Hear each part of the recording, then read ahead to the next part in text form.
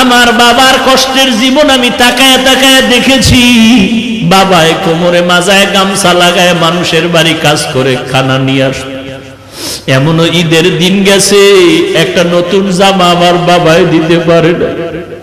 মাঝে মাঝে তাকায় দেখতাম আমার মায়ের কাছে বাবায় বসে বসে কান্না করে। আমি বলতাম, রে ও মা, বাবায় কেন কাঁদলো? মা বলতো, তোরে একটা জামা দিতে পারে নাই, দুঃখে তোর বাবায় কান্না করেছে। এমন কষ্টের জীবন বাড়ায়া তোমার ঘরে আসছি। জানির কারি সাহেব আজকে আল্লাহর কাছে দোয়া করে গেলেন, কিন্তু দেখে যেতে পারলেন না যে হাফিজুর রহমান কেমন হয়ে গেল। আমার হাত আর তার হাত এক জায়গায় নিয়ে এইভাবে উঠায়া উজানি বৈশা ঘরে বৈশা দোয়া করতেন, আল্লাহ আমার হাতের সাথে ওর হাতটাও তুমি কবুল করে নেও। আমি চাইও ভালো একজন আলেম হবে আর একটা বড় মাদ্রাসা করবে। আজকে ঢাকার শহরে রমজানের শেষের দিকে মাদ্রাসা ঢালাই দিলাম 7,500 স্কয়ার ফিট ছাদ।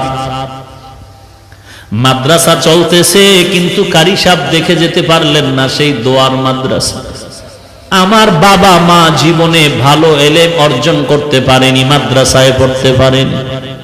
কষ্ট করে করে, কত কষ্ট করে করে লেখাপড়া শিখাইলে, মাদ্রাসায় পড়াইলেন। আমার চাচা দাদা বলেছিলেন আর পড়ান লাগবে না, ছেড়ে দাও। আমার বাবা যদি ঠান্ডা হয়ে যাইতেন, খোদার কসম এই পথে আর আসার কোনো সৌভাগ্য হতো না।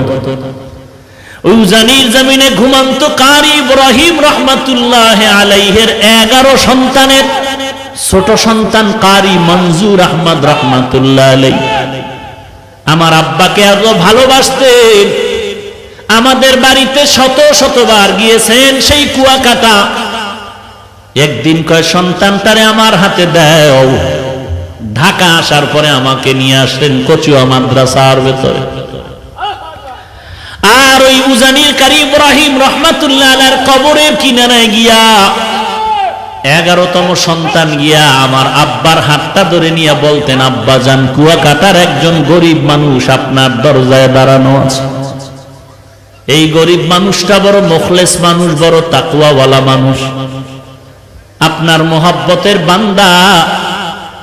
বাচ্চার মতো যেমন বাবার কাছে আবদার করে এমন আবদার করে, আব্বা জান, বাবা জান, এই গরিব মানুষটার সে কবর জিয়ারত করে, আল্লাহর কাছে একটু দোয়া করবেন, আল্লাহর কাছে বলবেন। আব্বা জান এখনো বলেন আর মাঝে মাঝে কান্না করেন। উজানির কারি মঞ্জুর আহমদ রহমাতুল্লাহ আলাইহি, যিনি চরমনায়ের বছরে 2 বার মাহফিলের স্টেজে সূরা হাশরের শেষ 3 আয়াত তেলাওয়াত করতেন, যার তেলাওয়াত এখনো ক্যাসেটে শুনলে চোখের পানি ধরে রাখা যায় না। এর নবীর উম্মতের দল।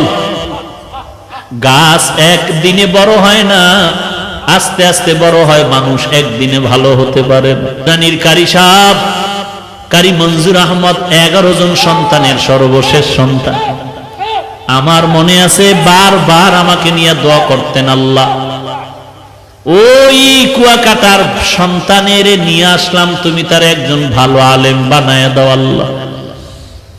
আজকে আল্লাহর কাছে দোয়া করে গেলেন, কিন্তু দেখে যেতে পারলেন না যে হাফিজুর রহমান কেমন হয়ে গেল।